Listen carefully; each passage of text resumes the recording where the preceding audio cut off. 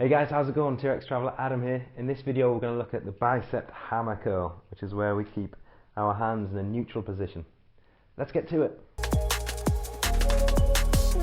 Okay, now the exact same principles apply to the video I did with the just the normal band bicep curl.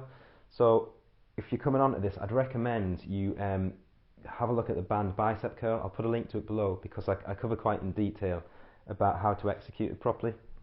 And this is exactly the same execution, just the hand change is different. So I'm just going to skip over it quite fast and just almost more of a recollection. Band under feet. Again, as I say, you want to try and get a bit of tension, so there's a little bit of tension here. You don't want too much of a slack, so on the way down we're keeping tension on the bicep.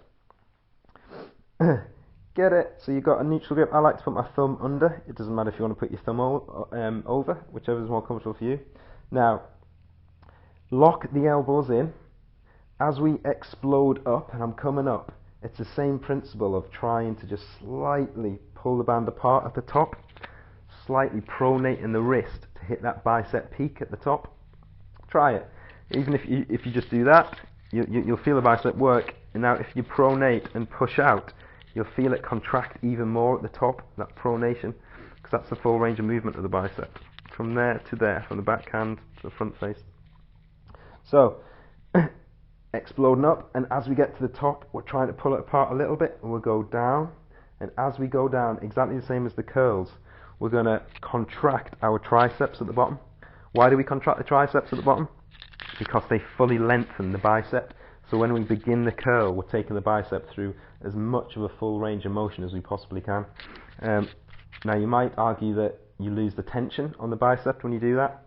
Well, you don't, because when you contract the tricep, what happens to the bicep? It stretches, it lengthens, so it's still under tension, and it's on an eccentric load too. So the load's still there, I contract my tricep, and now it's fully stretched.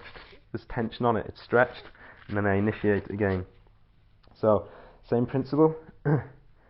Explode up for 1, and down for 1, 2, 3, 4. Contract, explode up, and down for 1, 2, 3, 4. Contract, explode up for 1, 2, 3, 4. Contract, explode up. 1, 2, 3, 4. And notice how my elbows are constantly staying down by my side. I've got them locked in, and I'm really focusing on putting all the movement through my biceps. Pronating at the top, pulling it apart.